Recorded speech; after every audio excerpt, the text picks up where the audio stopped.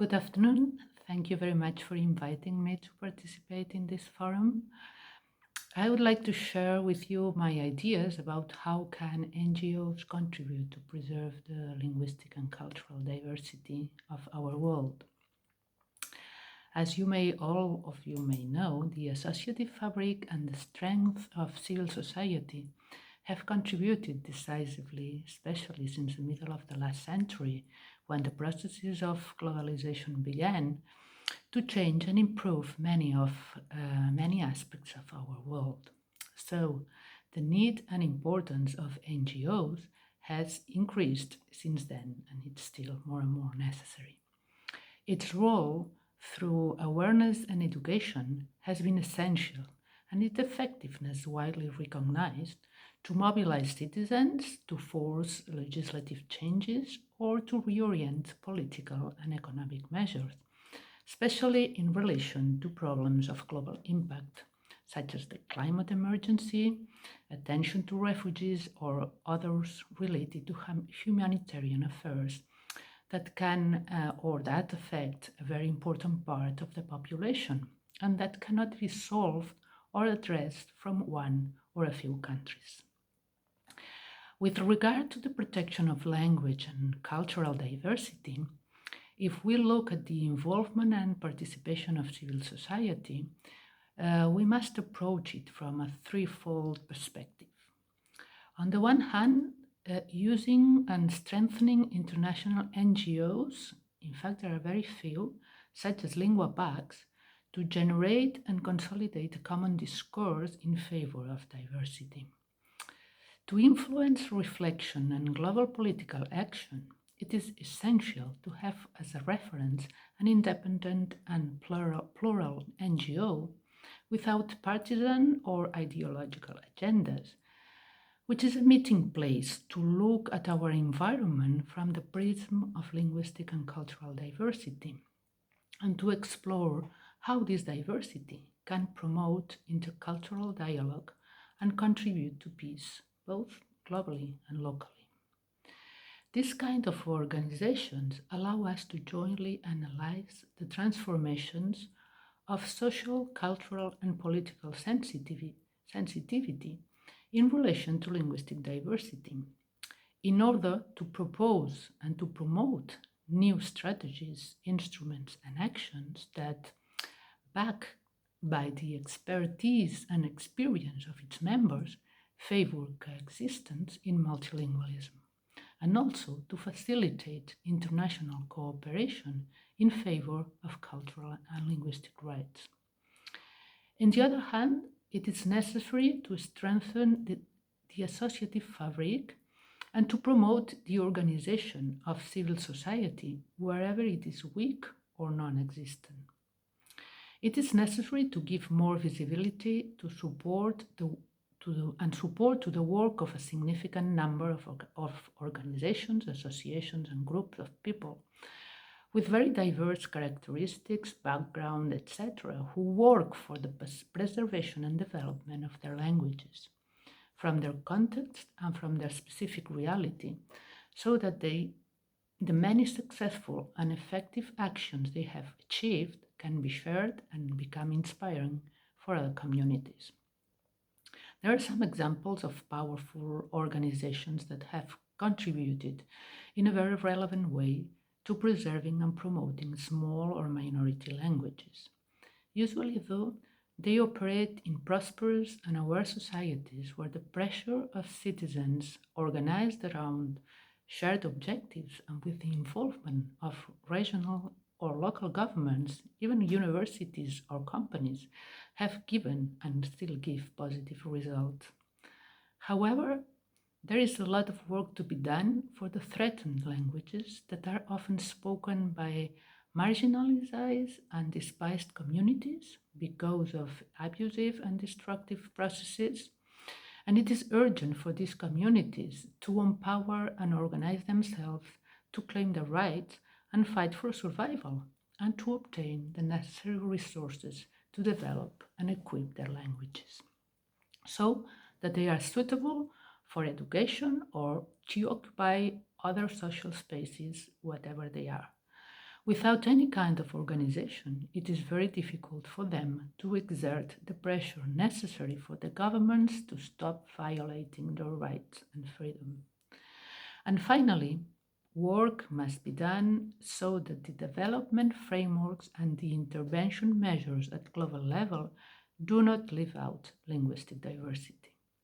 We need to work to insert the language factor into the ideology of NGOs in whatever field, incorporating into their strategies also the preservation of the linguistic wealth of our planet, and also for them to respect and use the languages of the places where they respond to humanitarian crises, because the responses are much more understandable, especially during conflicts or natural disasters, in the languages of the people who receive them. There are key findings already in that topic. There is, for example, a project from 2019 titled Listening Zones of NGOs, Languages and Cultures Knowledge in Development Programs, but I'm afraid there's still a lot of work to be done. In my opinion, to achieve these goals, it is necessary to introduce the linguistic emergency and the dangers of the loss of most of the languages and cultures as a relevant part of the constant and systematic information about the climate emergency and the dangers of the survival of humanity that we receive daily from the institutions, the media, and the civil society. As I said at the beginning, one of the main goals of NGOs is awareness. For this reason, it is necessary to make clear and to illustrate in as many ways and forms and as many perspectives as possible the benefits of a quality education that respects everyone's languages and that provides inclusive, equitable, and intercultural environments and opportunities. It is crucial to show that the knowledge about traditional systems of medicine or original food systems transmitted in indigenous languages can contribute to improving health or eradicating hunger. That all the languages have the right to function in digital environments, to access information and language technologies, and to develop artistic creation. That access to justice and public services and the provision of health services are more efficient through the native languages.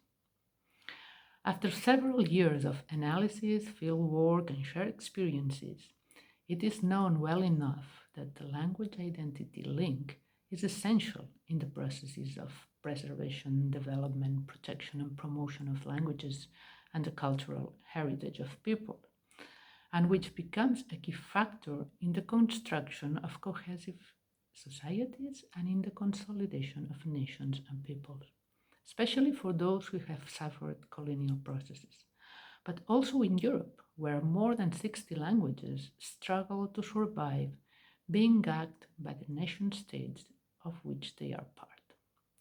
How should we then, NGOs, move forward to make our work more effective? From my point of view, we need to consolidate a common discourse that shows that the disappearance of languages and cultures is a global problem that affects the daily life of communities, because linguistic diversity is linked to improvement of the living conditions of people, showing it as a collective good necessary for the well-being of communities, will be useful for the pacification of conflicts and very useful for communities. To do that, we need to spread the discourse by improving the communication and dissemination of our action so that we can convince speakers of dominant languages that languages always add, never subtract. And we need as well to contribute to include in the global agenda a long-term commitment to preservation, revitalization, and promotion of indigenous languages. The International Decade of Indigenous Languages will certainly play an important role, but the community's involvement is imperative. how could we NGOs be more effective and efficient? I think there are three aspects in which we have to work harder. Building or strengthening the networks and joint action. Exchanging experiences and knowledge is fundamental.